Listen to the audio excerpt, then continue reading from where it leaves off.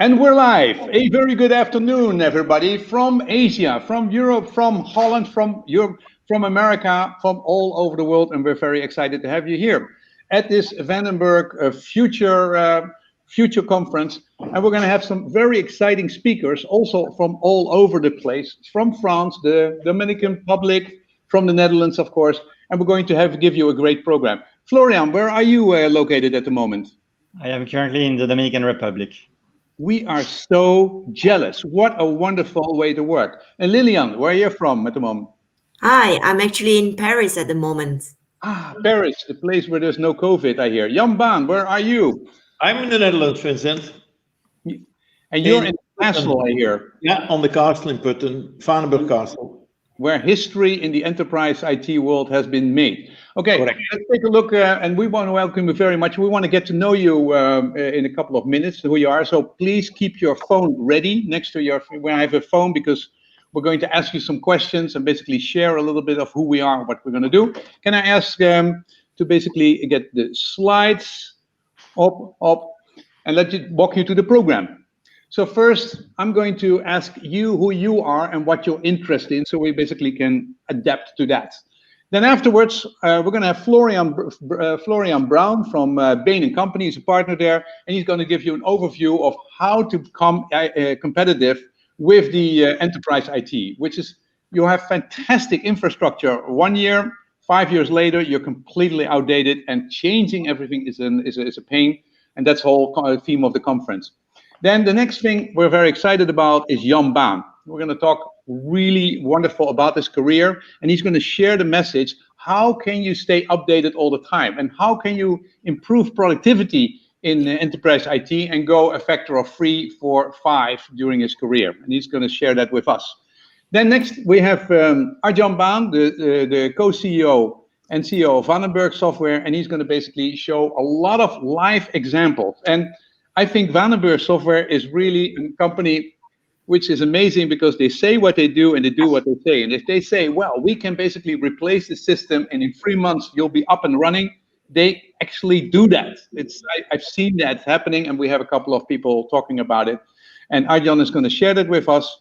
And then we have a little break. We have a couple of videos where we have customer cases, and everybody who basically joins us from LinkedIn and from YouTube and from Twitter and other places, if you want to continue watching, you have to register, because that is basically part of the rights issue. And here you will see a link in the comments. If you register in a couple of minutes, you will basically receive the video link, which will continue. Because after Arjan, we'll have Peter Bavenink from, he's a customer engineer from Google, and he will tell the whole world about Google Cloud. And Google Cloud is a real interesting platform, which basically, is equivalent with being incredible productive. And he's going to share that with us. Afterwards, the real fun starts, because if customers use the software, life is really exciting. And Lilian Tan from France is basically telling us from Solvay, a big chemical company with 10 billion in sales and lots of people. She's basically showing us how Vanenburg basically manages all the applications she has on the Google platform and how that came about. We have Hans Don, the CTO from Vanenburg, and basically he's going to give us an insight under the hood, how it all works. And then we have my favorite customer case. No, actually, they're both fantastic. From Wessel van Alphen, who worked 2 years on a platform, and before he basically took it live, switched to Vanenburg, and in 2 months he made it go live.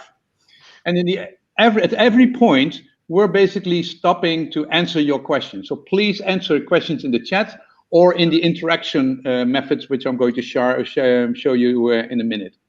And we have this panel discussion, and at 6 o'clock, I promise you, we'll be done. And isn't it amazing how efficient it is that we can basically be here all over the world in a conference like that and share this? Okay, wonderful. Let me then ask you to grab your phone and to basically go to put in a browser. You can actually, if you have a phone, you can also use the camera and scan the QR code, and then the QR code will go to vincent.squiffer.com. It's very handy. And I want everybody in here for a second. And Jan, can I ask you If I can ask you here, let me see. I will put you in there. Jan, how was it to organize a conference, in the old days when you had all these people, there, and you had to do everything in logistics, and people came from all over the place? So I remember. Yeah. Yeah. I remember the conference in Denver. We have Bill Gates as keynote speaker and 6,000 people over there, but that was a question of months. But the good stuff was the partners were paying for this, big money, big money, big money. Then later on, we did it in Cordis, where we have then more boutique elements, 300-400 people, but they came also around the world, and it is still, maybe you spend $60,000-$80,000 to organize that, but then even paying and all these guys who traveling is even a lot of money, and even takes you 2-3 days, etc. Now we do it in half a day. Amazing. And I should say, the content is maybe even better now, what we can bring and what we can share. I see Carl Bahnmüller coming by, and look up, wonderful. We have now 170 people who are watching, and it's climbing very rapidly. So it's really interesting to see that. Hi, Gillis, nice to see you here. Yeah, it's amazing. Doing an online conference is really extremely efficient at the moment. And Bernard Baan is there too. So we see all these people, and Tobias from Google is here. So it's really interesting to see this. Hey, come on, guys, you can go to Vincent. Hey, Johan Rosman, he built also there the Baan. I will explain something there. Yeah. Hey, and Paul Baan, your brother is there too. Hi, Paul. Hey, my son. Oh yeah, Paul Baan is also your son. Yeah. Yeah, so that's really interesting. Okay, I'm going to. You can basically, if you're just logging in, look at the comments. You go to vincent.squiffer.com. I'm going to ask you now, where do you come from? So this is really, where are you coming from? Europe? Are you coming from Asia? And so we have people from North America, we have people from India, and we have people from the Netherlands. So that's really, so it's. Okay, see, the Netherlands is in the Netherlands stays a wonderful country and wonderful market to be in. Okay, wonderful. Okay, Asia is coming up. North America is waking up, is getting there. Wonderful. Next one. What is your role in the company? Could you share that with us? And I think the interesting thing is that this is the kind of conference where technical people are, business people are, and application development. I mean, it's enterprise IT is not anymore something you put in a corner. It's something which involves everybody. The business knows that if there isn't that true, Florian. If the business knows if you have bad IT, you can do whatever you want, but you cannot be efficient anymore. Isn't that true? That's right, and that's one of the points that we're going to share in the presentation. You're going to share that? Okay, so that's a good thing. Okay, so that's pretty good. We have a lot of management, and then IT development, sales, marketing, and other. How long have you been in corporate IT? So we have people from all over the place. So not in IT, I had it as a place, but everybody is totally in IT. 20-year plus, so we have a lot of senior expertise. So it's really interesting, Jan, that the people who built all the ERP world are also helping us to get out of the ERP world and to go to new ERP or ERP 2.0, right? I mean, you need to understand what's there before you can go to the next level, isn't that so? Oh yeah, that's true. You need them because the oldies are quite important because they can build the bridge. Yeah, it's true. There's no knowledge of the future if you don't know your history, and in IT that's totally true. So let's hear. How old are the ERP system? 15-year plus, 10 to 15. So we have a nice mix. There's even people who have ERP systems which are 0 to 2 years old. So that's nice. If you want to extend the ERP functionality, what is your general feeling? Is it easy? Is it hard? Is it impossible? Okay, I think everybody agrees. Extending ERP functionality is hard. Then I want to ask you, what are the issues, the biggest issue in corporate IT for the moment? You can 1 or 2 words, please describe it. I mean, what is keeping you busy? What is holding you up? Is it security? Is it AI? Is it big data? Is it going to the cloud? Type in some words, we get some in there. Legacy. more people, this is nice with a word cloud, digital transformation, cybersecurity. Yeah. Integration, single view of data. Yeah, a single source of truth. That's always important. Slow time to the market, keeping up with technology, lack of functionality, implementing the right solution. Wessel, do this looks like issues which keep you at night, busy at night? Wake you up? No. Actually, we're not an IT company. We're an intermediary between mostly IT consultants and companies. So we're not an IT company ourselves. No. But I mean, also with your own IT system, those are things which keep you busy, right? I mean, well, not all of them, luckily. Yeah. This is really good. Okay, I want to get a little bit more structure view. Can you select out of the can you select 3 items out of the list which I created, and seeing where we are at the moment? What are the biggest thing which keeps you busy? So big data, AI, and people have AI is mentioned multiple times. It's nice if you take AI and the first time AI is mentioned that you basically vote for that. You can also come back and vote again, so then we have a better list.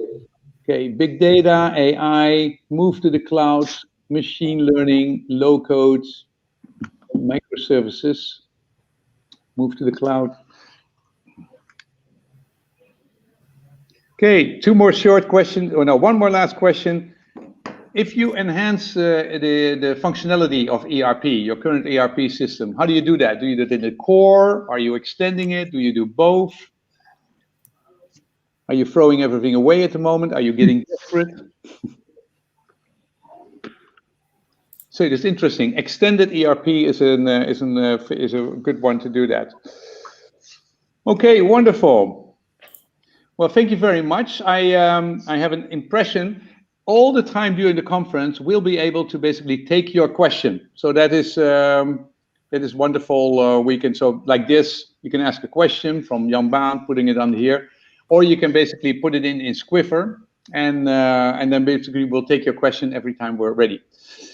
So then I want to go to the other side of the world, and I'm basically going to remove all the other guests. We're going to see them later. And here is, bye Lilian. Hi Florian. Hello, Vincent. I thought you were on the most relaxed place in the world. No, I am still working. So despite the nice weather and not wearing a jacket, I am still behind my laptop and on Zoom. What is the temperature there? No, it's nice. It's like 27, 28, so it's not too warm. Pretty wet, but very nice. Okay, Florian, we'd love to. We're very excited that you're here, and we'd love to ask you to basically give us a little introduction in this whole thing. You know, how do we stay competitive in enterprise IT, and that we can share a little bit of all your clients and all the experience with that. So the floor is yours. Good luck. Thank you, Vincent. And so actually, we based this presentation on an article that I wrote with my good friend Barry Dippovan a few years back, like last year. And the idea was, how can we really use the modernization, which is around the corner of the enterprise IT, to really gain a competitive advantage in the new digital world? So if I just introduce myself, maybe to start with, I am a BAIN partner. I am French, as you can hear. I've been working at BAIN for the past 12 years now. And I used to be doing more enterprise technology, and I think my world became much more sexy now that I'm doing digital transformation. But it's actually the same thing, right? We are doing both digital and technology, and to really help the companies to gain a competitive advantage versus their competition. So the reason why the companies come to see us is I think by now it's really clear for everyone that the digital leadership is really mandatory if you want to have an advantage. It's going to improve your cost competition, it's going to improve your top line, it's going to improve your customer experience, and there is no way that you can not completely embrace it and really push it as much as you can.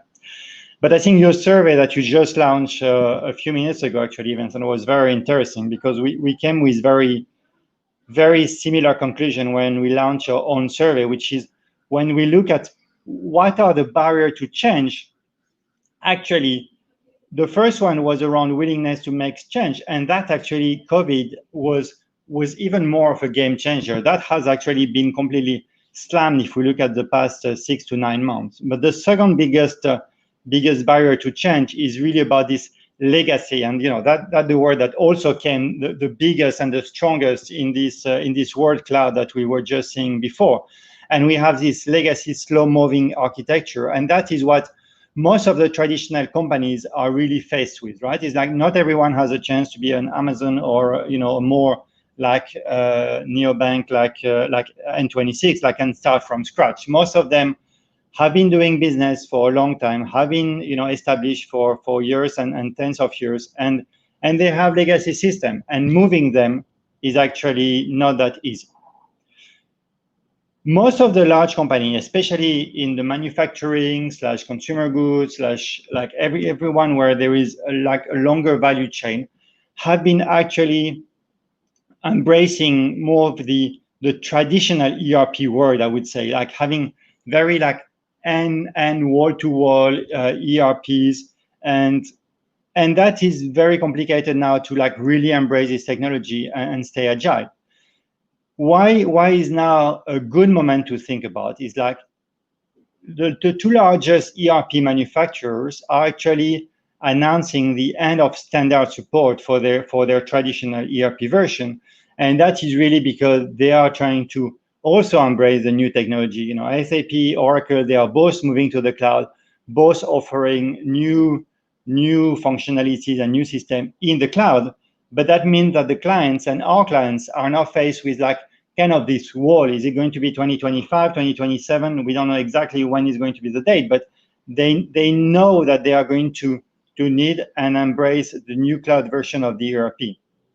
And our recommendation and what we have seen with clients is it's actually now a good moment to really pause and think about where do you want your enterprise to go going forward? What do you want your technology footprint want to be? And what is going to be your architecture of the future for your company? And how are you going to use actually this change of your ERP, not only to just do a very, I would say, traditional technical upgrade, but really to rethink the way that you do business.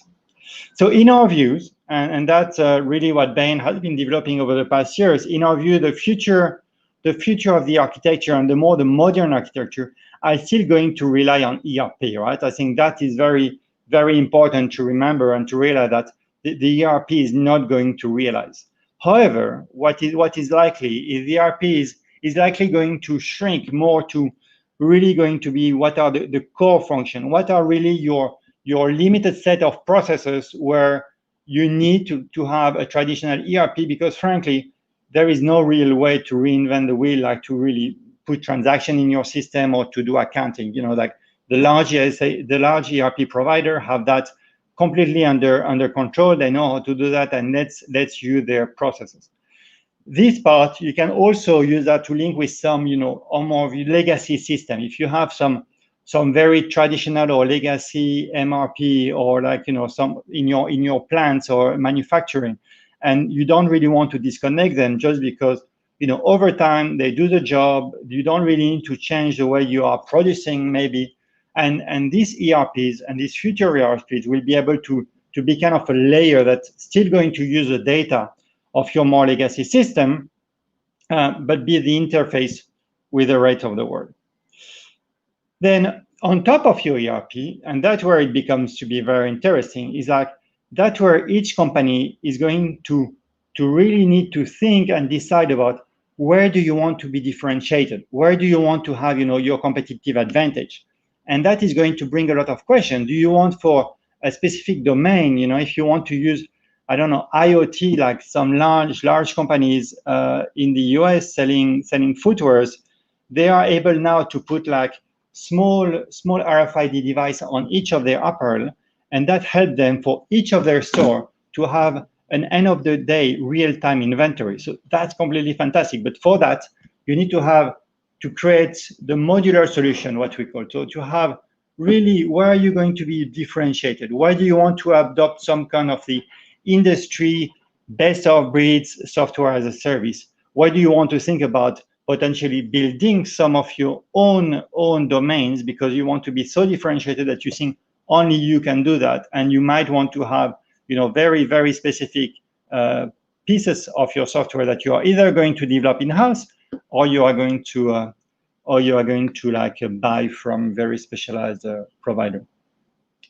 The other thing which I think we should not mention are three things on this one. The first thing is you will see the infrastructure. It's obviously a good time to completely embrace the cloud. I think the other thing we saw earlier in your survey was moving to the cloud. And yes, obviously we need to also use this new transformation, this jump into this modern architecture in order to really embrace the cloud and make sure we start moving as many of the applications as we can. The other one is the end-to-end cybersecurity, which is becoming more and more important because you are more and more transferring some data from your more legacy kind of application, as we saw, that you still need, and to some application in the cloud, and potentially some applications are going to be in different clouds. So all of that is getting more and more integrated, and really thinking about how do you maintain your security of that and how do you keep your data safe is important. And the last one on the left-hand side is around how do you really leverage your data, right? The word is it's creating, I think, more data every year that we have had created for the full of our history. How are we going to use the data and avoid that our data lake become really data swamp and we don't know where to use that? And so we really need to think about how do we use this data, how do we organize them, how do we construct the architecture of the system, not only from a system perspective, but also from a data perspective. And we'll see that's one of the things where our clients struggle and really have some difficulties. If we think about what are the changes which are required, and I think we touched on a couple of them, but just wanted to recap them, and where we see the most successful ERP transformation with our client. The first one is it's really an opportunity for you to simplify and standardize your processes and reduce your business complexity. We were discussing with a client no later than last week, telling me, we just put in place new system and now we are trying to simplify our system. Gosh, would not have been better if we would have simplified our system first and then really put in place the new system using everything that we see with the cloud with that plain vanilla and standard functionalities, because that will help you to not think about your system anymore. You will get the upgrade naturally, you will get the updates, everything will be easier, and you can really focus on your business. Then you need to think about the operating model, right? A lot of the operating model, and it's a bit of a complicated point, so I won't debate too much today, but really think about who is going to own which responsibility in the company and try to adapt your operating model to the new way of working and the new processes that you have put in place. The third thing is making sure you streamline as much as you can all the decision making. If you want to be nimble, if your system want to be agile, if you want to be faster in the way you do business, then it cannot be your organization that is going to drive you away and be slower because of the way you make decisions. So that's also an important point to address. The first one is how do you prioritize? There will be a lot of demand. Every single person in the business will want their own small, either customization or small piece of functionality that they want to do. You cannot do everything and anything at the same prices. And if you try to do everything, that's the best way to fail. So let's, try to adopt more the agile approach, have your backlog very clear, make sure you prioritize, make sure which item is for development in your next sprint. Develop that, give it to the business. Otherwise, you just have, IT going into this tunnel, developing something, and then when they go out after a couple of years, the business has moved on already and doesn't want anymore. And the fifth one, I mentioned it, but data, right? This is again and again, every time we transform any company, that the one issue we see is with data, with several sources of truth, dirty data, data which is not incorrect, which is not complete, or which is not consistent across systems. So when you embark on this big transformation, there are two really areas that we require, like we think are important for you to be successful. The important is like to have a good setup, so avoid a poor setup, which is having a strong business buy-in. You are not going to transform your ERP, as we said earlier, by just having it IT driven. It has to be business led, right? You have to, the best program manager, even for ERP, even for very technical topics, are still business people who are ready to understand a little bit of IT, but who are respected by their business peers. You need to have a strong leadership, ideally the C-suite, otherwise you are never going to get the buy-in and the change management. And then you need to have the right technology. So again, don't let all the software vendors like to really push you into a corner. You like that's a unique opportunity to rethink about your technology landscape. And then you need to have the right delivery, which is keep the planning, staying agile as much as you can, having an execution which is like avoiding your customization, just like being focused, as we said earlier, on your small priorities, going one after the other, and having a strong governance, which is going to help you to fall into the red middle, which is the job ERP project, which unfortunately we see too many of them with our clients. And maybe to finish, like what are the questions you need to think about when you want to really embrace and start your enterprise IT modernization journey? The first one we mentioned is like, what do you want to build versus what do you want to buy, right? And I think that's a very fundamental question.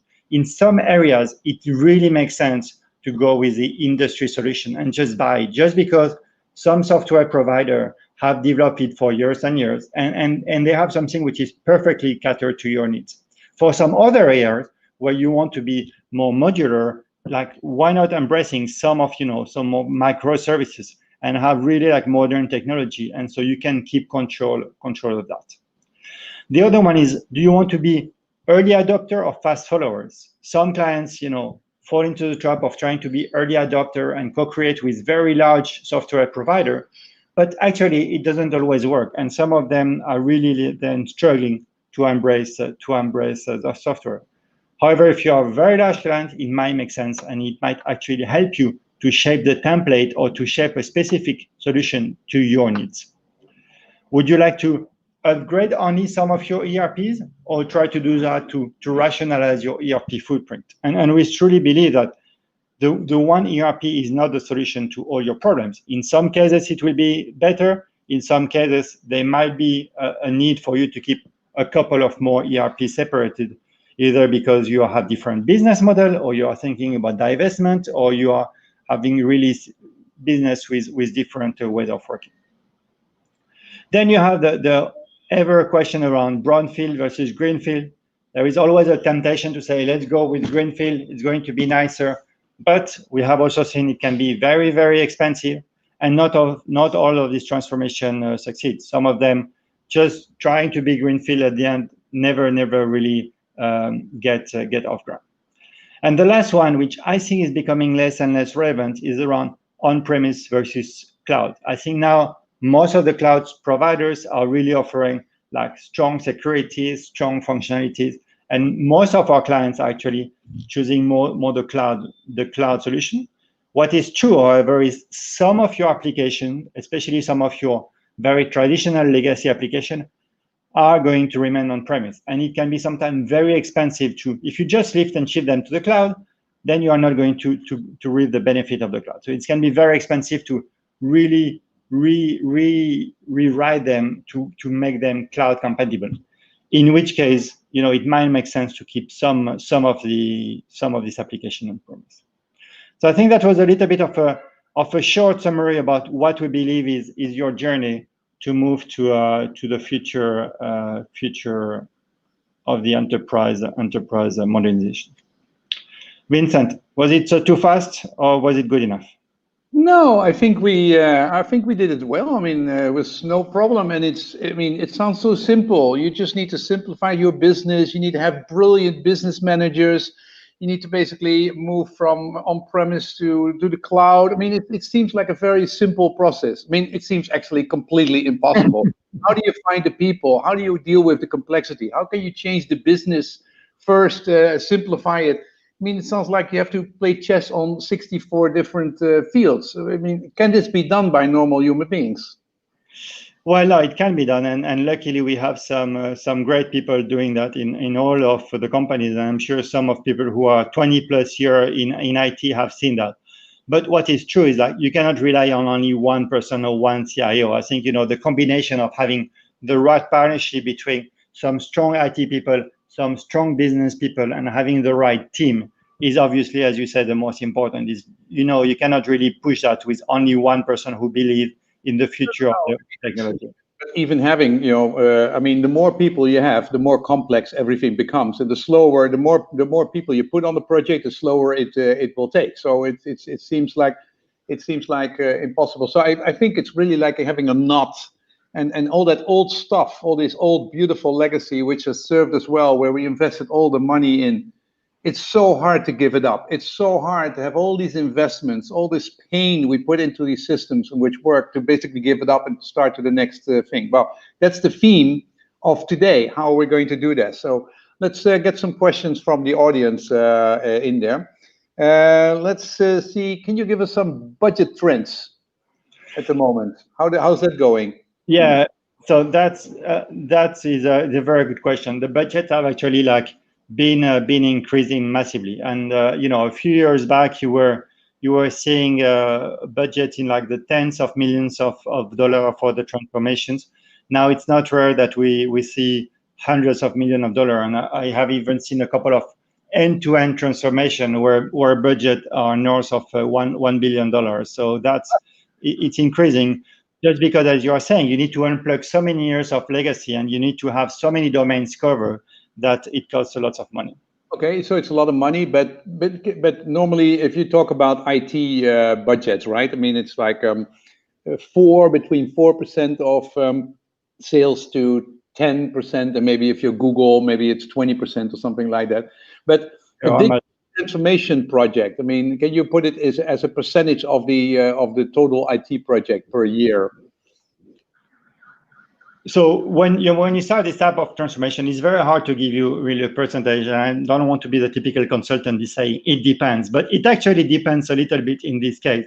But what you can see is when you embark on your ERP transformation, ERP replatforming, you name it as you want, you're actually speaking about your overall budget of your transformation is going to be in excess of your overall IT budget for a couple of years. Just the part dedicated to the transformation is going to take all your IT budget. And remember that in parallel, you need to keep your lights on, right? You cannot tell the business, we are going to go on this transformation for a couple of years, and for that time, you will need to go back to my old good book behind me and papers and pens. So you need to keep your lights on during that time.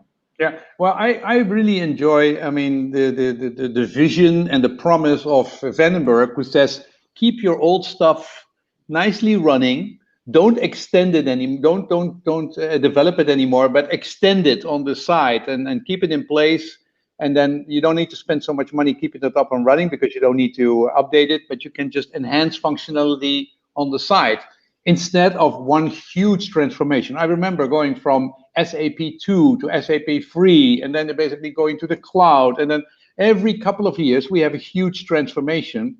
And I like it that we go to more smaller steps instead of these big, huge updates to do it differently. Is there hope at the end of the tunnel with this approach? Yeah, but I think that's what we see a lot, right? About strangling your legacy system and making sure you park them. And the one thing that you always need to bear in mind, I think I'm repeating myself and getting old, but make sure that your data and your source of data is in one place when you do that, because otherwise the communication between your legacy, which you have nicely isolated, and your more modern front end or specific modular software is going to create a duplication of data, and that's where the nightmares start for the front line and the users of the system. Okay, we'll talk about more of that. Data. Make sure that you're in charge of your data. You can move it everywhere. Okay, another question. If you talk about cloud native ERP, are all the ERP systems which move to the cloud, are they, can you compare them with the cloud native ERPs? Yeah, so there are a couple of, so we at BAIN especially work with more larger and mature companies. So we tend to go with the largest ERP providers. Some of the ERP cloud native are starting to really perform, and we see them a little bit everywhere on the market. I think what's interesting is like the two largest ERP providers have really been rewriting, and I think it's fair to say that both Oracle Fusion and S/4HANA are actually also really more cloud native, and are not just a rewrite of the old code. And it's a lot of investment for these two providers, but they have actually been investing a lot of that. And some modules are still more traditional, I would say, but some of them have been rewritten and can now be considered as cloud native. Okay, now question here, the ROI. Is it a question of ROI, or is it a question of surviving? So, depends on the price of your life, I guess. But I think what we tend to say is we don't really like when IT says you have to invest hundreds of millions, otherwise we are going to die, because that's never true.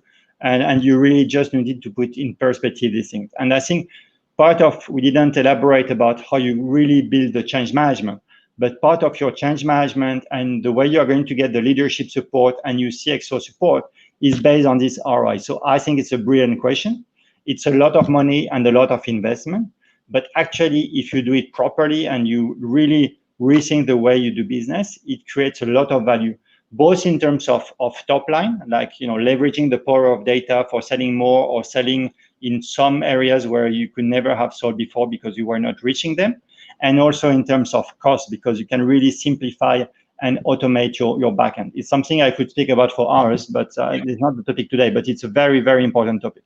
I think your first thing, if you simplify your business, that is the best investment you can do. Always with energy, save energy first, and then basically go sustainable. If you go with enterprise IT, simplify all your business processes first, and then basically transition yourself. It really is big. Okay, we have lots and lots of questions. Here's more. We have time for two more, so I'm sorry about that. But let's see. Enterprise architecture.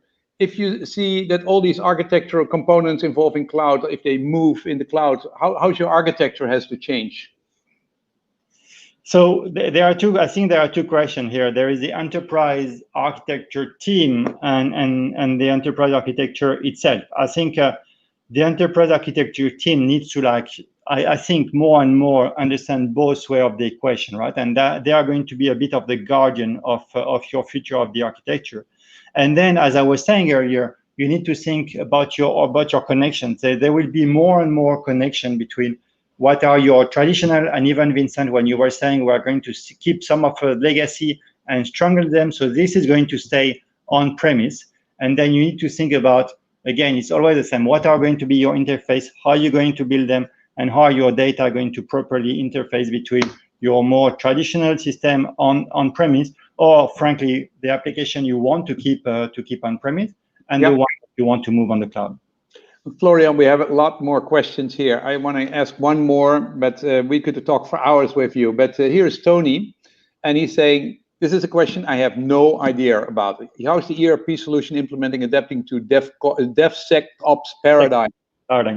Yeah, it's a great question, Tony. We should take it as well offline. So it's an interesting one. I think what we see is especially in terms of planning, initial planning, the ERP transformation usually have a bit more of that. You cannot just really move into completely agile from the beginning, because as we say, you need to start by thinking about how is your business going to change and simplify. But then when you are more in the implementation phase, then you can really try to move more towards DevOps or DevSecOps and having more cross-functional team. And actually, that's very much similar to what I was saying earlier. You need to find the right combination of business and IT if you want to have this system successful, especially if you move to like software as a service. Actually, a lot of the world is going to be less into the IT part of the world and more into the business, trying to really understand how can they take this like out of the box systems and adapt them to their needs. Okay, you need to take it offline with him, Tony. I have two more little questions, yes or no, yes or no, yes or no. What is the best approach, waterfall or agile? What is the best success rate? So that's what we just say. I think you need to like, obviously agile DevOps was better and is more likely to create the value and to adapt to the needs. But at the beginning, you need to really think about how you are going to rethink your business. And that can feel a little bit waterfall because you are not actually delivering any functionalities in the very early part of your ERP transformation. Okay, great answer. So I like it. That's a subtle answer. That's a 2x2 matrix. And as a business school man, I love that. Last question: if company moves to the cloud, risk management. What is your assessment on that? Is that nowadays? Is it just part of the solution and it's okay? Normally it's okay implemented, or is it still a very important thing?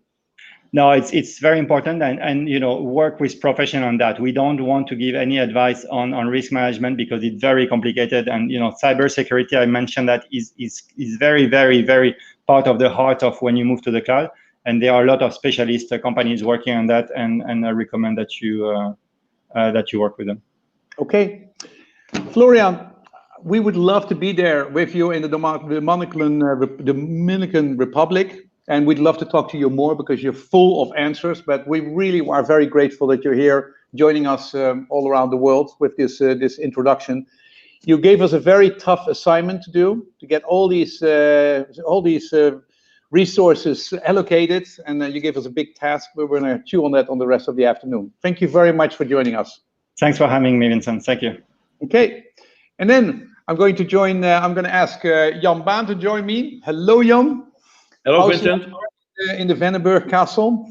Oh, nice, relaxing. Yeah, and you've been there for quite a bit. You've done a lot of your projects here in this place, right? A lot of things changed, but this is the most beautiful part of the Netherlands. So I'm very excited. Nice part. We enjoy it. Yeah.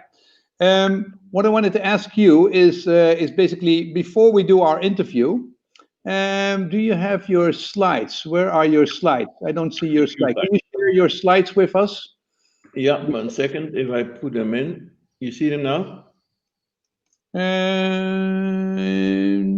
No, I don't see your slides at the moment.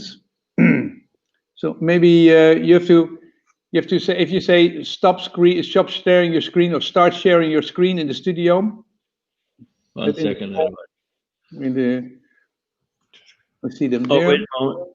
Yeah, we just basically, because I know Jan for a very long time. For me, he was always the pioneer enterprise IT, whenever everything was hard. He built BAIN software, which was a lot of things it did a lot of things in the first times, like Unix. He had a Unix-based ERP. He ended up with 6,000 people and 10 billion in market cap. And Boeing still builds all the plane with his software as his backbone. I know them. They talk to me about it. They also use my product. Afterwards, he invested as one of the first in WebEx, which was a great investment. And of course, it's one of the first great softwares which allowed us to share these kinds of experience. Sold it to Cisco. He started Top Tier, invested in Top Tier, sold it to SAP, and then started Cordis with the aim to make these big ERP systems more flexible and to extend them on the corner. And now and he integrated them. He's now the chairman of Vanenburg Software, and I'm going to talk to him about the lessons learned in 40 years of enterprise IT and the how-to, and to take the next step in keeping the enterprise agile and flexible. And I first want to ask you, Jan, to basically do a couple of minutes to do an introduction in that department, because you have so much to share. Yeah, please. You're missing the shares, eh? Can you see them now? Yeah, okay. I see them. Basically, okay, great. Start your slideshow, Jan. Start your slideshow. Yep. Yeah. Okay. Yeah, I'm going to move the mouse and then go to play. Yeah. We have all kinds of screens, which basically, yes, it's all working fine. If you could do it in 5 minutes, give us basically the different steps we have to take. Here, maybe as a bird's eye view, I see these 4 areas, maybe where I start in BAIN with system of records. It means everything on premise, and extremely complicated implementation was years. And we did later on, EP became to business process re-engineering, but it failed. It was too complicated. We have seen that with even the BAIN company, all these guys, McKinsey, they had the idea that ERP is the foundation of changing business and for operation excellence, but it was too complicated. And then again, I started from scratch, again, bird mind ships, and focusing on the end-to-end processes, adopt ERP, and then we did it in months, and even the internet was key. That was beginning this century, and we moved from BPM and platform as a service. Now, again, burned my ships, because again, it was complicated, this SOA stuff therein, and what we did now, moving to microservices. That means you go from the back end, adopt everything with you, and then we move to the workflow. And then we did our implementation on top of ERP in weeks, system of innovation, from system of records, differentiation to innovation. And again, we go now more and more to micro apps. And that is what we see, the beautiful elements in this Google Cloud with Kubernetes, I should say the containerization, the machine learning, building an ecosystem, Enterprise 4, and the hybrid cloud.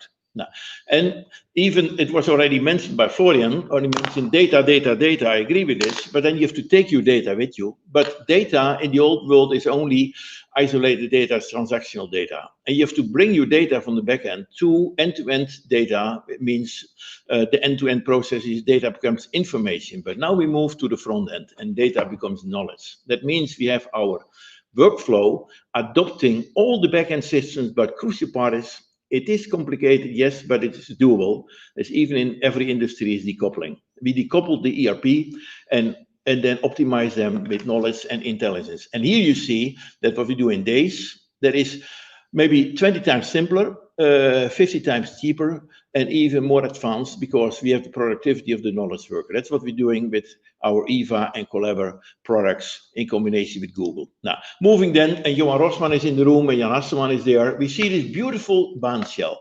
And that was, life was easy. We started in 81, Unix, an early bird, and became unique. So the first one in the industry, in the whole world, who built an ERP application in Unix, and we did it with a famous BAIN shell. Everything decoupled, database was decoupled, operating system was decoupled. We did not have the 3D architecture those days, because it was ASCII terminals, but we had our relational database decoupled from the operating system. And all these managers were decoupled and reusable. And in the shell, we are able to build all those components. Now, this is what we still use today, because I have a big automotive company who have 200 ERP systems with 40,000 people, and they saw that doing their project control for R&D is too complicated in SAP's ERP system. And we built for them microservices for 40,000 users decoupled from this one. But normally can be same. That means you can take part of ERP, you can take it out. Now, we built it very nicely, but realize it became the mother of all complexity. Those days, you had only a few thousand of database tables. SAP is sometimes running with 80,000 database tables, becoming giants. It's terrible, terrible how complicated ERP became. Now, we moved to the new world. We take the old ERP, what you mentioned already, we encapsulate this world in open architectural IoT and intelligence and do all this beautiful stuff therein. And doing this, it could be very, very new and very modern in Google, but we take the old stuff and take them in and have the data, but bring the data with even under the line of BigQuery. We take HANA's data and move them immediately in Google's BigQuery. And then the logic is decoupled, and it's an easy way to do this, doable, and we have shown this many times. And then you have the benefit to the knowledge worker. That means, that's my last slide, going there in this beautiful building. What we see here, ERP before, on-premise often, SAPs with BAIN is still alive with Oracle and with Microsoft Dynamics. Now, we let them stay there and have only one user maybe, but incorporate them step and step more in this cloud. And here we have the beauty elements of every floor in the cloud could be elements of microservices who can be united. This project control system is built in microservices with maybe 5 divisions and bring them all together end to end. That means what we're doing here. And you can take maybe a greenfield. Rootstock is a nice product in Salesforce, cloud, good functionality, but still a transactional system, and bring it together in this area. Now, that means here we have the world of machine learning and the beautiful stuff later on will come in discussion of Anthos, an operating system, and Google open to everything. That's my presentation here, Vincent, and you can go to the questions. Yep. Thank you very much. Thank you very much, Jan. That was impressive. 40 years. Can you imagine, your productivity increase from the time that you had 6,000 people building every year a new update to how you're doing this? The core of ERP, keep it in place and enhance it on the side. How much more productivity? Now, that's the problem where ERP is so complicated, because 90% is built with technology before the internet. I realized that, and all those database tables becoming so complicated. We had 2,000 engineers in BAIN, and before you have a new version, it takes years. Now we do it now with 20 people, 5 times quicker and 10 times more advanced. That is, if you compare the mainframe and if you compare it, I have my new Apple. It's just coming in yesterday. It's 25 million stronger than a mainframe, and all this technology is here. Now we are not using. This is consumerized. Now what we are seeing now, I should say. Apple consumerized the device. Google consumerized the cloud. And what we are now doing is we consumerizing the workflow. Yeah, and that is something. But then you incorporate the data, and the data can be, say, under the old logic. You incorporate them, and step by step you improve it. Ongoing improvement. Yeah. So Jan, if I ask you, if having a standard ERP system and still as the core, if you keep it as is it a sound IT strategy currently? Yeah, it is fair, no risk, but I'm not believing in standards. Always I believe in value-added standards, and it means you use a standard. I'm using open source, but I added some things on top of it, and that should be done. But it is generic and specific. 90%, sometimes 80% in automotive can be generic components, totally standard. But the specific ones are but standard is not operation excellence, and then you're following.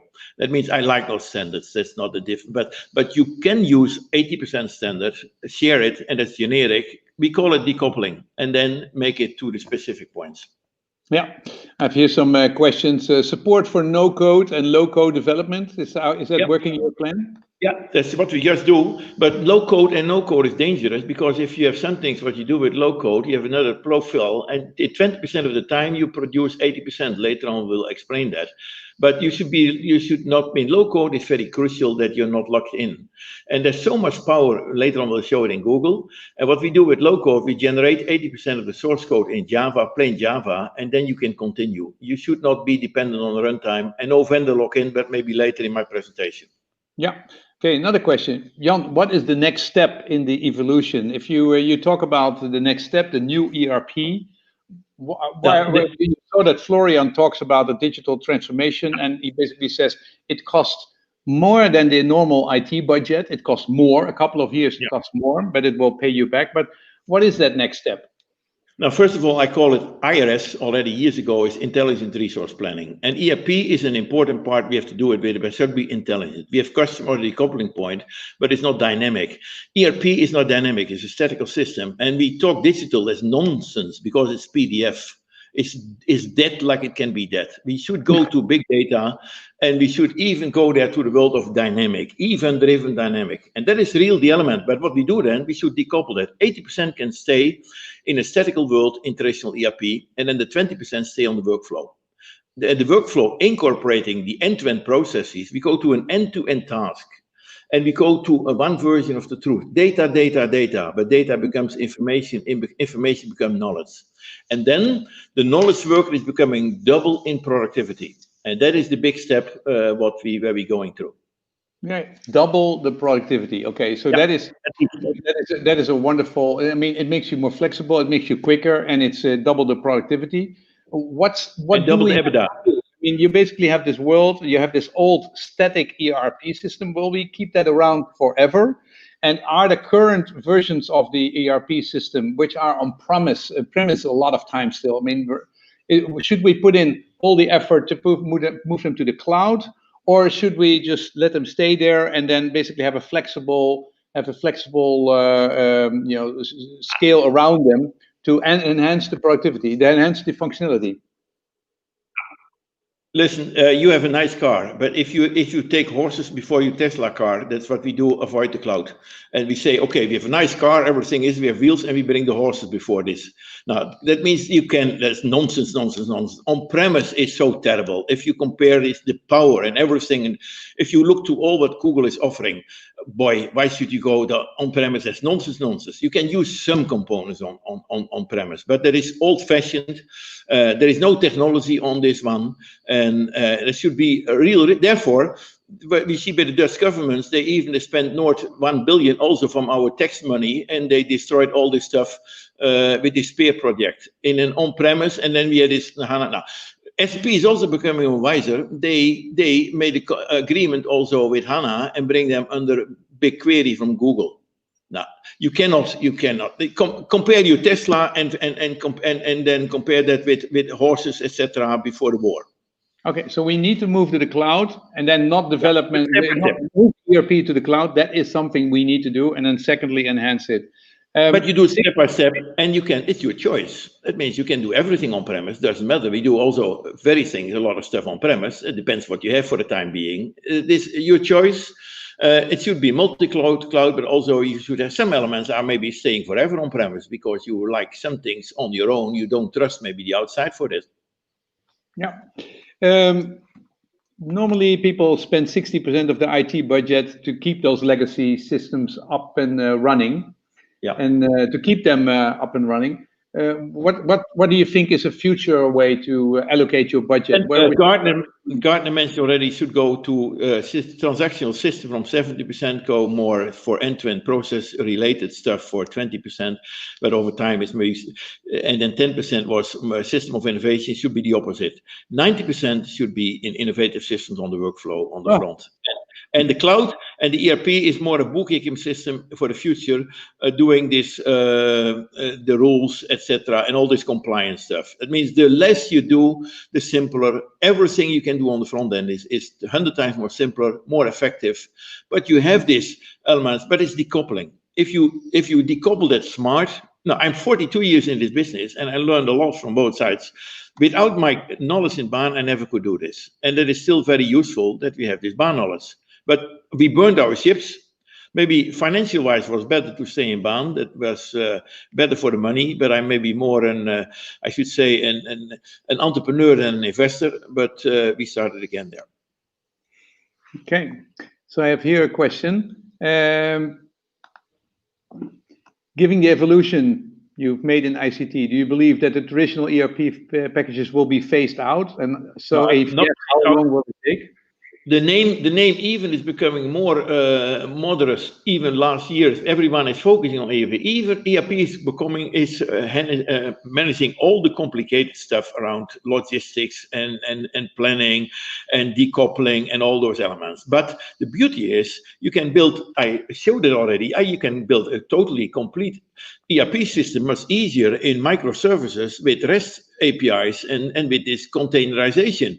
But most people in ERP have no clue that you have these containerizations and all this stuff. I can do with 2 people, much more than with 500 people in the old world on these databases. And ERP should stay on big data, because then you see all these elements. We do it even on query. Now, if you like to do that, then you stay forever there. Now, it's a mix. Combine it, and the best ERP is then you have one user. Then easy, you have not to pay the licenses. Even maybe we have perpetual licenses, even the best. That means use the logic, decouple the logic, keep the data clean, sunset it every week, reduce it, and improve and do that more on an operation excellence layer on microservices. Okay. So I'm very curious. We all know to be dependent on, somebody like BAIN Software or Oracle or SAP, and the next choices we make to go to this more flexible way to spend on to create enterprise IT. How do we avoid the vendor lock-in, which we cannot get out? Yeah, the vendor lock-in is the most crucial part. And even in BAIN, there was a less lock-in because at the other end, we were open in many elements. And at least for ourselves, every time we rebuilt the BAIN product from BMCS BAIN to Triton to BAIN 4, and we built new versions and we did it. But the problem was this bespoke. First of all, never bespoke ERP, because you should go with a sharp mesh and cut a piece of the fingers for those programmers who even do the customization ERP. That's the most terrible stuff.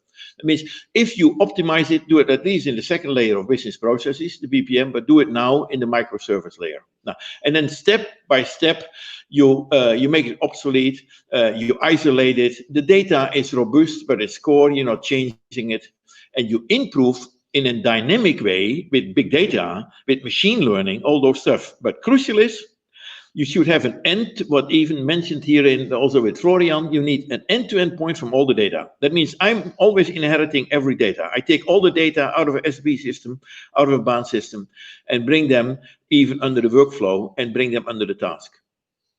But a lot of data is then still traditional stored in a query system, and you have not to need the data every minute. That could be 2 weeks or 1.5 day old, but it should be one value of the truth. And at the other end, you go to an event-driven environment where you deal with IoT and if you bring this IoT world in the old world, that makes you crazy. It's still 1,000 times more complicated. This is so simple. It is so simple. You do everything what you do in the front end, and you can talk everyone here. This is consumerized. And we guys are so stupid. We are so old-fashioned as IT guys. Everything is guaranteed. We made it by hand. We say, yeah, it's guaranteed. It's handmade. Beauty, isn't it? Now, this is not handmade. So, talking about this mobile phone, if you see all the ERP systems, they're normally terrible to use on a mobile phone. They look horrible. They are not made for it. Would you ever take all these tools which are available at the ERP systems to work with the mobile phone, or would you just say, leave it alone and use those microservices to develop that? There is not a mobile phone. There is a device, and you should separate. And we have a cloud. And for the cloud, that means there's no nonsense. Sometimes I can take everything here. Sometimes I need a bigger screen. It's a device. I can take my watch. I can take this one a big screen. It's nonsense. The mobile phone has nothing to do with ERP. The mobile phone is only taking the task on the latest moment. We call this late binding. That is real manufacturing. On the late, with a big company where you have 100,000 people, and they even in the supply chain, on the end you have only 4 people working together, with some in the supply chain is 10 people. And they should collaborate together. Then they should have the same common task in the supply chain. Today there is no supply chain because ERP cannot go to supply chain. Now that's the problem. It's simple. It's real. I learned it more and more, and we have shown that, and later on you see the examples. Even with a big automotive company, they say at least 200 ERP solutions. And in these 200 ERP solutions, they deal with 40,000 people every day working with SAP. They decided 10 years ago already not to improve this innovative stuff in this project control. They tried to do it in Microsoft with SharePoint, but again, it's very old-fashioned, but okay. Now, they struggled for 6 years. They could not make it, and we built that, and maybe in a year, we built for 40,000 users on microservices with the power of Google and with this Kubernetes and all those elements of things in a very easy way. And then workflow driven, but big data oriented. All these modern stuff are there. And the implementation, they ask us, can you implement this? If the implementation of 40,000 users for our accounts had costed more than 1 hour, then the cost was more than the whole system. Yeah. And normally we implement for 3 weeks. Now we implement for 5 minutes. I think we have some cases, and customers will come and basically declare how they did that. Okay, last question for you, Jan. I always get the impression that you're a little bit enthusiastic about the Google Cloud. And that you think, but how is that comparable with your statement that you should avoid the lock-in of a vendor? Isn't Google just another vendor which basically tries to lock me in? What is the difference between the Oracles and the SAPs and the BAIN software? Oracle, the SAPs have no real cloud. It's more the Microsoft maybe, and if you look also Amazon and Google. Now, what I like by Google, there's 2 Googles for me. There's a cool company who is doing search. And then have everything. And this is the biggest Google company of a tremendous, biggest infrastructure in the world. But they came even to a cloud company and they came to another conclusion, and I like that. And a different conclusion for the first time. They say the data belongs not to me. By Google, I own the data. I can do the encryption of the data before the Google. Even I have the key before Google. Google is the most open company, that surprised me, and brings the most technology with Antors, with amazing stuff therein. And even allows me to do even the data, store it on the same moment by Amazon or even by Azure, by Microsoft, or do it on premise. That means it's amazing what I see by Google, and then the power, if you look to BigQuery, and all these 100 other, and then combine these open source components, they're all in one family. Now, Google is ranked by Oracle as number 2. Amazon is the biggest one, but Amazon is maybe, and I like not so much Amazon, everyone is locked in by Amazon. They like to have the wholesale, and you can no longer do your shopping in the cities because everything is dead. Amazon like even maybe too. It's monopoly. There's a drive, let me close with this one. Maybe Microsoft even kills already what we have seen, the browser, where we have Netscape. The most interesting.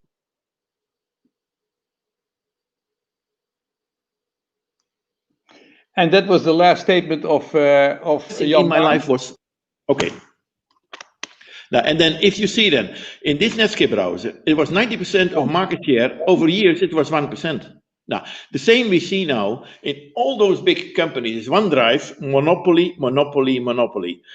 We talking over the ecosystem of SAP is only 300 billion a year. Who is the industry paying? And it's only 10% is going, but it's for 90% margin, it's going to SAP, the Oracle the same. And the rest is going to the plumbers, to the system integrators. Now, that means it's 300 billion, it could be done maybe in the new world for 30 billion. That means that at least 250 billion is idle, could be with 8 times your EBITDA, could be 3 trillion, 3,000 billion cash on Wall Street. Now, that is what I'm saying. Now, statement, 5 companies were able in Silicon Valley, 4 in Silicon Valley, a little old school in Seattle, but these 5 companies were able to achieve 6,000 billion market cap. Now, I'm going for, they were focused on what we called on the mobile. They moved from the internet to the mobile, and they became from billionaires to trillionaires. Only 6. I'm voting for 6,000 companies who are becoming unicorns, who are doing what we are doing with data. And they could be in Europe, even it could be in Asia. 6,000 companies becoming unicorns on the data. Because what is even mentioned by Florian, and then we start with this one, data is key. We take all this data, the data is now isolated, because the data is not what you mentioned here. If we consumerize the data, and bring it there together, then a whole new world is coming from the workflow. Then EBITDA can be double and company can grow twice faster. Jan, how did you keep where do you keep your enthusiasm still? After all these years, you're still as excited as day one. Yeah, I have a problem at home. I have the manager at home. My wife is the boss at home. It's already and I not can conquer this territorium. That means, therefore, she gives me a lot of freedom. I have a beautiful family. I have them also in my business. That's I should say now. And every day a cold shower. I did it for 40 years. That helped tremendous. But I'm enjoying this. This is not so complicated. This is a world where you learn every day, and I do the slides for the guys. I help my sons a little and do this stuff therein. But, no, it's real respectful, and I hope what motivates me that I have a contribution to life. We have a contribution to society. In tomorrow's world, this course can be totally different. Post-corona, this world can be a totally changing world. And we guys who are here and the oldies, we should bridge this, the old and the new worlds. Then we can improve the economy. Okay. Jan Baan, after 40 years, the same excitement, the vision and the passion, and we really appreciate it. Thank you very much. Welcome.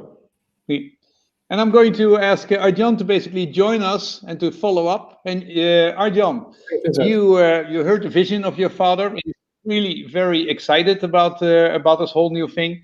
Can you take us and show us what kind of solutions you've built over the last years, and see how the customers really work with this vision, and give it show us the real examples. Sure, Vincent. So happy to take up the floor. And I mean, we've had a lot of talking. We've had a lot of ideas, concepts, theories, technologies. But let's make it also practical, and let's dive into a couple of examples. So what I will be doing in the coming 15-20 minutes or so, I will make it a bit practical, give some real life examples of things we've been doing. But also at the end of the presentation or later on in this session, don't believe just our or my word for it. Our customers will present themselves, like Solvay, like the Staff Group. They will present what we'll be doing with them. So basically, if you heard the story from both Florian, but also what Jan already was preluding upon, and we really have a fundamental belief that companies can increase their growth, so they can outperform their competition, and by modernizing their enterprise IT. So modernizing enterprise IT itself and the technology itself could be cool, but that's not a goal in itself. It's just a mean, and the mean is to really increase your growth and outperform your competition. So what we've been seeing in this world, that a lot of new technologies pop up, a lot of new innovation pop up. We as Vanenburg, we would like to be the guide of companies, of enterprises, guide them really in this kind of forest, or in this in this area of possibilities, and lead them on a path towards Industry 4.0, where we adopt those new and innovative and cool technologies. However, we don't stop there. We really adopt them for the sake of applying and getting business value out of it. And that's basically what we do with a lot of companies I'll be highlighting upon later on, because many of the companies we are talking to, they think about new business models. They just don't talk alone about selling a product or about manufacturing a good. They talk about taking care of the entire life cycle of that machine, or they talk about being responsible for predictive maintenance, even about new revenue models they are thinking about. Instead of just selling a service, they think of collecting the data from that service, and a whole new business model arrives, what they can do with that data. So in other words, we as Vanenburg Software, we would like to embrace these new technology waves, but we would like to deploy them at the customer base for the sake of increasing the growth and the productivity of our companies, of our customers. And a lot of our companies, a lot of our customers, they have the same ambition. And that's basically the first chapter which you see here on the left. And the business is really driving, the business is pushing. The business would like to go for this predictive maintenance. They would like to become a digital native, or they would like to embrace all these kind of nice heroic terms which are coined by the industry analysts like Gartner, Forrester, etc. They would like to take all this into their enterprise. So they are kind of pushing their organization, they are pushing their IT for moving forward. However, as you can see on the second block here in the middle, a lot of these organizations are hampered and are hindered because they still work with paper, and they still work with yellow notes, and they still work with a lot of spreadsheets. So the operational issues are really about digitizing that and moving to a cloud, or upgrading their ERP, replacing and getting rid of legacy, or solving integration issues, solving scalability issues. So the day-to-day practice of a lot of these modern enterprises, while yes, they do have the vision, which is pictured here on the left, and they would like to go to this Industry 4.0. However, the organizational problems are on the day-to-day business a lot, and I think that's also what we have seen in the poll at the beginning of this webinar. There are a lot around the topics mentioned here in the middle. And then the third kind of new waves of technologies which are arriving at this shore is new possibilities are entering and are stooding up around API management, around big data, and all these fancy new technologies. But the key problem in many of our customers, they are stuck in several of these boxes. But how to combine these together in terms of marrying them, and at the same time taking small baby steps, like Florian was already mentioning, not just as a huge wave, but also taking small baby steps in moving towards this new adoption of technologies and modernizing. And I think one of the biggest examples we now see, there's a lot of turbulence out there in the market, and that's always been there, especially this year with COVID. Turbulence, well, probably has not been much bigger than it's right now. The biggest problem is not the turbulence itself, because even after COVID, there will be another wave of another different change, and turbulence will remain there. The key question is, how can you adopt this turbulence, and how can you act not with yesterday's logic, but the logic of today and tomorrow, in combining these into new assets and into new strategies. That's basically our goal as Vanenburg Software. So we have a strategy where we, on the one hand, respect what's already there, starting off with a green field, starting off with a blank sheet of paper. I'm hardly seeing any companies who are able to do so. So the reality is the companies are already there. So we need to respect what is there. That's one. Then, if we need to decouple it from the old world to the new world, we can then innovate on top of that. And that's, I think, what we've been highlighting in this one.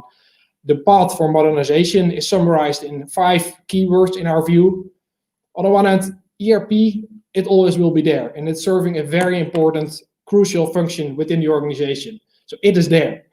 The key question is, keep it for what it's meant for, and that is keep it for your core monolithic and transactional system, but restrain it only for that purpose, and don't customize and build on top of that. So restrain what is there, and often that is a core monolithic or legacy ERP system. So restrain and limit it as much as possible.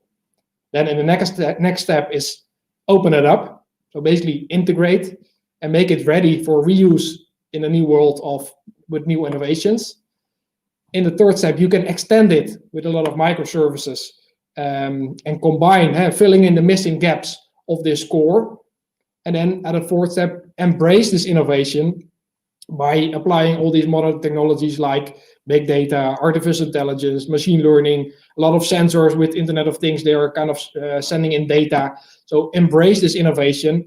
And then if and when you are ready, you could think of maybe replace a core or an old-fashioned one with a new one, or keeping it as vanilla as possible.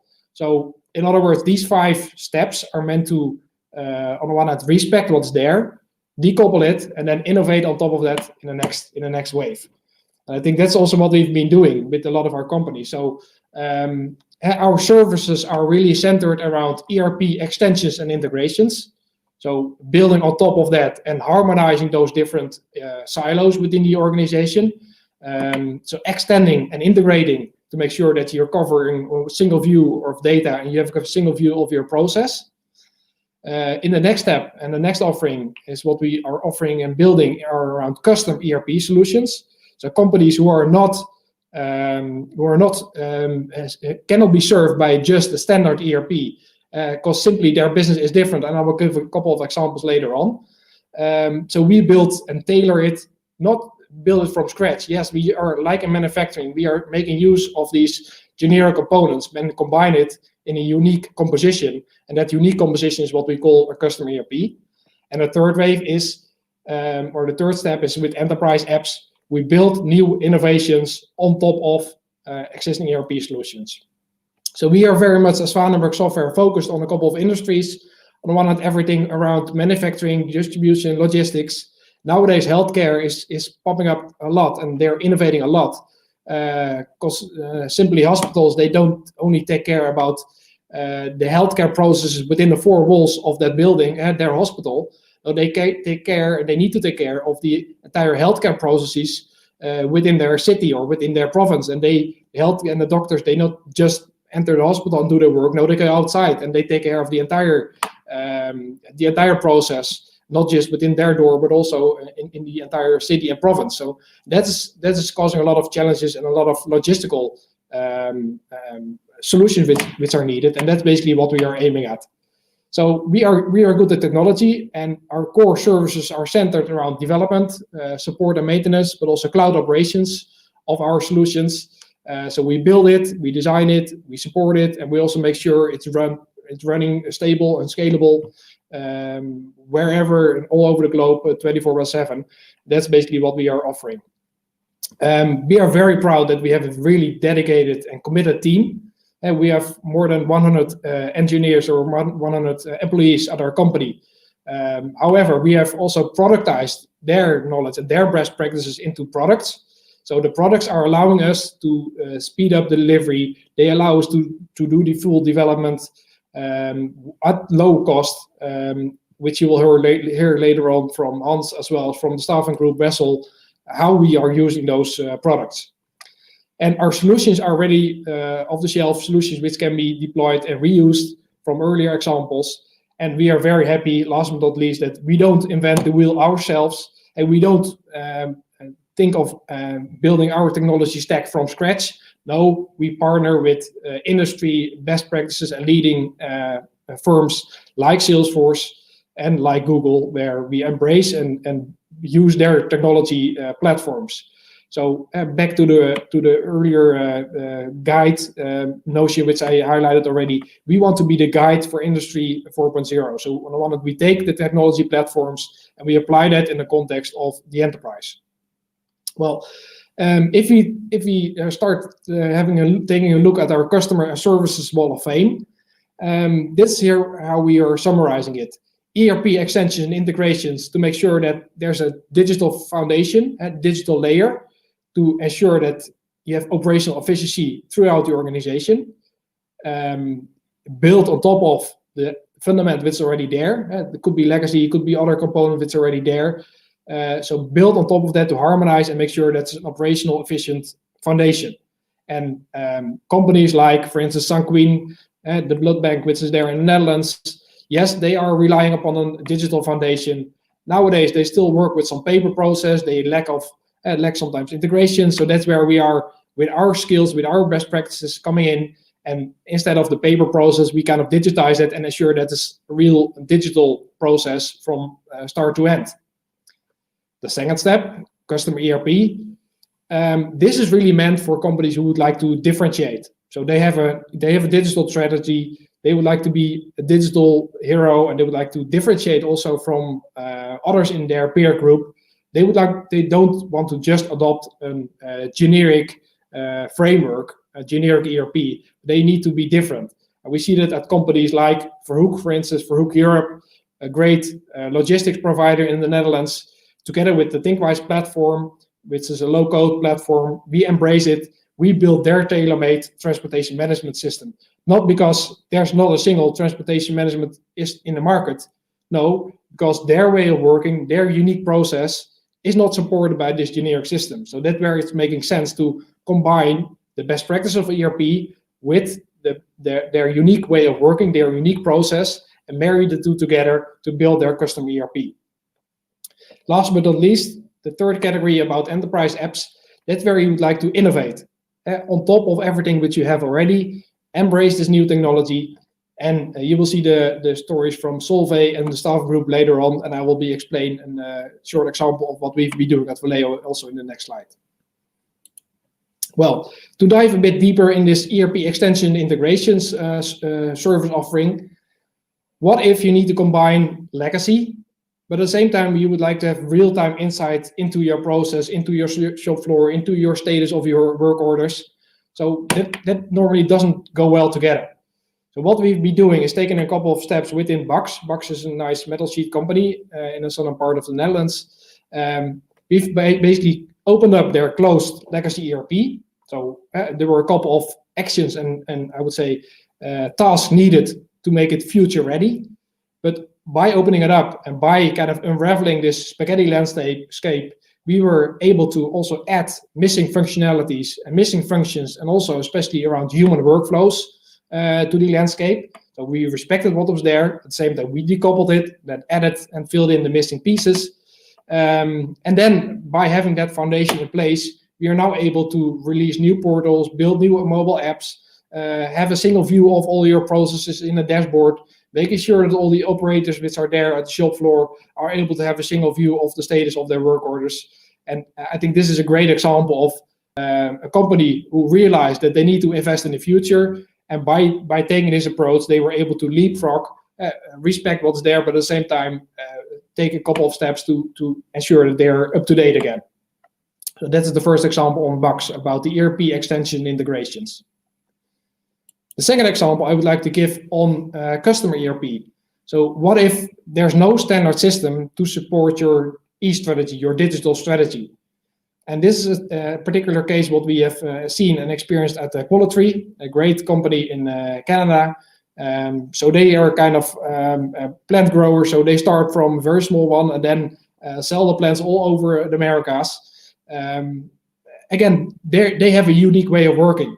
And they do know IT quite well because they've been in this world for many years. So what we've been doing is taking a look at their unique plant propagation process. At the same time, taking the best practice of ERP into account, we were able to bring the two together. And in the past, they invested for good reasons in homegrown applications, simply because they did not find support by one of the generic ERPs, so they invested themselves in homegrown. At the same time, that also, after many years, caused some business continuity issues. So what we've been doing is taking this unique plant propagation process, combined with the power of the Salesforce platform in this case, and build their custom Salesforce-based ERP, which is serving their exact needs. And that is now giving a future-proof platform for improving their customer service, but also increasing their unique selling points and increasing their competitive advantage over many others in the industry. Now we are able to do the entire forecasting from sales opportunities to MRP, so mass production scheduling, mass inventory management, whatever, to the entire work orders of all the engineers. So the entire ERP process from start to end, we are able to build that on top of the Salesforce platform. Not because Salesforce out of the box did provide. No, Salesforce out of the box provided a lot of powerful tools, and we are, as a partner, adopted the ERP best practices and then built the entire solution for them. Third example, Valeo, about the enterprise apps. Valeo, they have just a small number of employees, around 150,000 of employees, active in 33 countries with more than 20 billion of revenue. So what we've been doing over the almost 10 years now, we work with Valeo. We developed more than 50 business applications, business critical applications, and everything is centered around the workflow to increase the productivity of these knowledge workers. So all these 150 knowledge workers, they need the tools to have the information at their fingertips. So they don't want to go and search into all the different SAP systems, and they have more than 200 these days. So they don't want to go into all these different systems. They don't want to switch back and forth, but they want to have all this information to produce the task they are asked to do in a very productive manner. And what we've been doing, we've been building applications around quality, around HR, around their R&D and services departments for project management. We have been taking the Google App Engine as a cloud-native foundation, and then also adopted new and innovative technologies like big data, machine learning, so that we can put these tasks for the knowledge worker really at their fingertips and have a shorter and enhanced decision making. By having this cloud foundation from Google, we were able to just scale instantly from 500 to sometimes 60,000 users. So 60,000 users within one application are there, while at the same time keeping an eye of the lowest total cost of ownership. And we have our productive way of developing it. We have our ready-to-use components, and by marrying them together, we are able to serve Valeo at a very low cost of ownership without any license costs. It's built up on open technology. In the end, these are Java-based applications, but at the same time, we combine it with our best practices around rapid development, which Hans will be later on in this event talk more about. So who are we? And to summarize, to get to cap it a bit, we are enterprise software experts, which we do already for quite some time.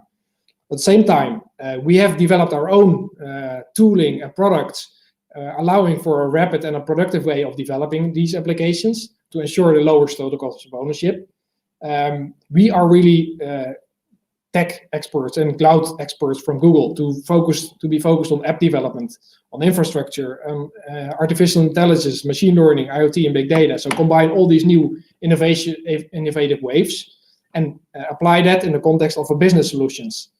By doing that, we are committed in especially building the processes, the process applications which are needed for the unique way of working of our customers. So we have a good understanding of the way of working of our customers and being able to translate that by making sure that we are flexible. And I think Lilian also later on in this presentation from Solvay will highlight more of these points, how we've been applying that at Solvay. So I would like to conclude with an invitation for a challenge, basically by all of you. Let's start your journey here. And we would like to modernize your IT, either in the area of ERP extensions and integrations, when it comes to custom ERP, and not just because we'd like to build everything for you which is already there, and only build if that's a unique need and if it's a unique way of working for your organization. If that's standard and commercial off the shelf available, take the buy one. But if it's a build, we would like to be in that paradigm for you, and also delivering your enterprise apps. And the three-step approach we have around here is, and we typically run a workshop to prioritize your needs and see what can be done in order to get this quick return on investment. So typically is a workshop of a couple of hours, say 3 hours. The next step is then in a couple of days, we are able to translate those requirements and also do an instant visualization and instant prototyping to ensure that we kind of show you what we've been thinking of. Typically it takes 3 days. And then in the last step, we are able to launch this software product for you just in a couple of weeks, so that you have from a 3-hour workshop, a 3 days requirements analysis phase, and a 3 weeks development of a minimal viable product. You are kind of in 1 month have a short cycle of how we can iterate these small and innovative new applications. So with that, Vincent, I hand it over again to you. Thanks, and if there's any question, please do share and let me know. Wow. Okay. Yeah, we had a couple of questions halfway the tour and saying, "Hey, please give us a case study." You did a great job giving that. Thank you very much. At the end, the best came. One more comment on that. I think you will hear 2 great case studies later on, not just by me, but somebody else. The customer will tell it. So please stay tuned, Mark. And you can see how enthusiastic they are. That's in the second part after Google. We're going to give you some really detailed one. But could you give us some insight in, you have enhancing your ERP, you have these 3 examples. What kind of costs are involved with that? How do these projects, how long do these projects take, and what kind of costs are involved in that? Well, thinking of the answer from Florian, it all depends. That is a typical consultancy answer, so I will not mention that. But I think what we've been seeing is, in many cases, there's the groundwork which needs to be done. So in other words, there are a couple of these what we call hygiene factors which are needed, where you need to ensure that your ERP is able to expose a service so that you can consume it. You need to ensure and think about your requirements. So those are kind of factors which are needed in any case.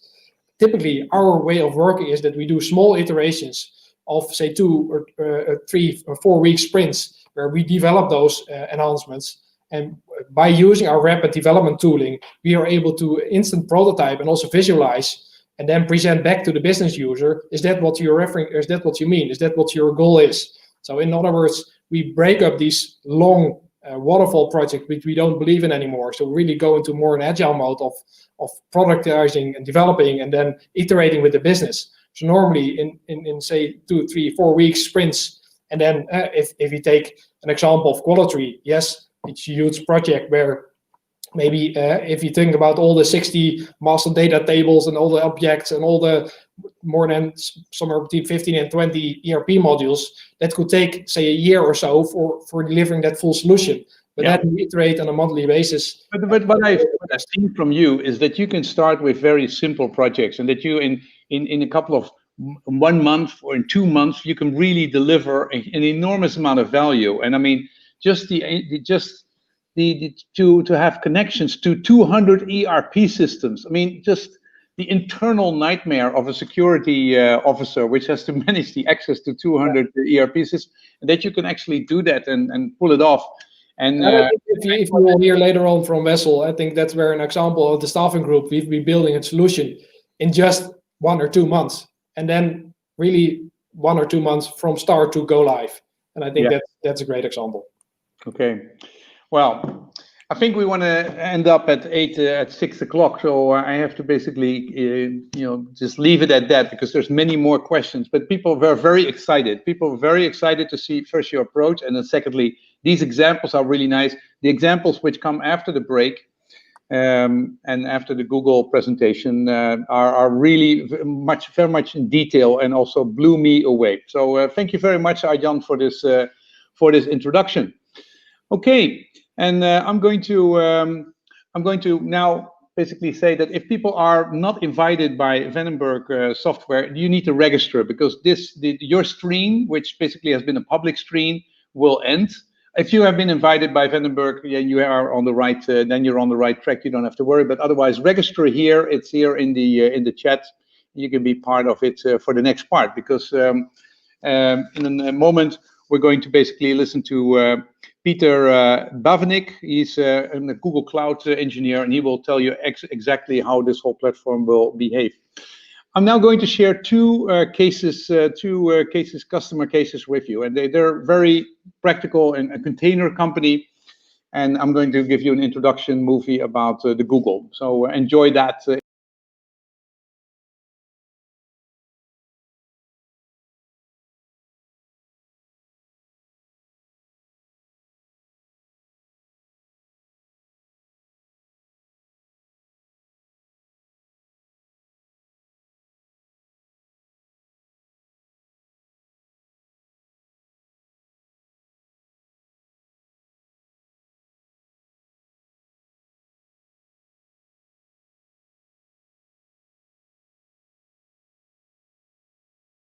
I am Steven Vanenburg, working for Newport Containers, and I am the IT director.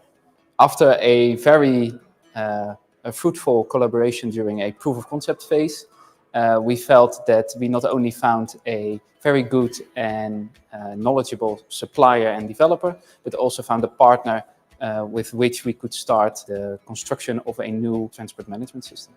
Already during the pre-sales trajectory, it became apparent very quickly that Vanenburg is not only a very skillful supplier and developer, but also a very good partner to take this next step in the future of Newport. We are really at the beginning of the Industry 4.0 journey. We are currently at the second step. First, we've made our whole environment ready for this big step by making sure we are all looking at the same data and we have good BI tooling and reporting tooling available. And now we are together with Vanenburg in the process of creating a new system which will enable us to automate many of our recurring processes, but also to deeply integrate with the supply chain of our customers and suppliers. Newport is in a niche market, which means that there is not really a off-the-shelf replacement for our current transport management system. And this made that we already very early on in the process decided that we needed a system tailor-made for Newport. We have had improvements in the process of making our quotes, placing and tracking our orders. In many of the integrations we've had with suppliers and with customers. A good example is that we were able to reduce the time spent by our salespeople to build a quote. And during the building of a quote, a lot of steps come in, like selecting the correct vendors, like creating and selecting a route which is suitable for our customers. We've reduced that time from 30 minutes in our current system to about 3 minutes in the new system. We have built a system in such a way that we can keep on developing and enhancing the system, but we're also ready to make easy connections with other tooling and apps we will build in the future.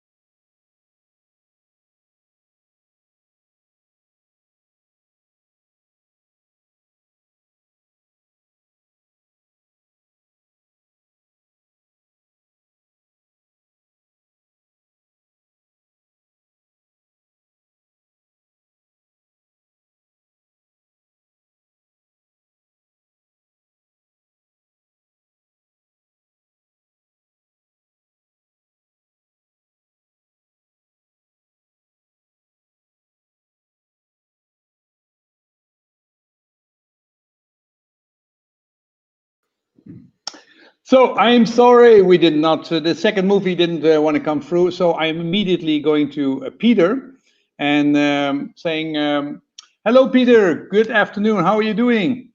Good morning, good afternoon. How is everybody? Yeah. Where are you? I'm based in the Netherlands. You're based in the Netherlands. For some kind of reason, there's I have a delay. I have a delay in your voice. Could you maybe refresh the screen, refresh your browser one time, see if it's better? Because I don't, I have about a 4-second delay in your in your voice.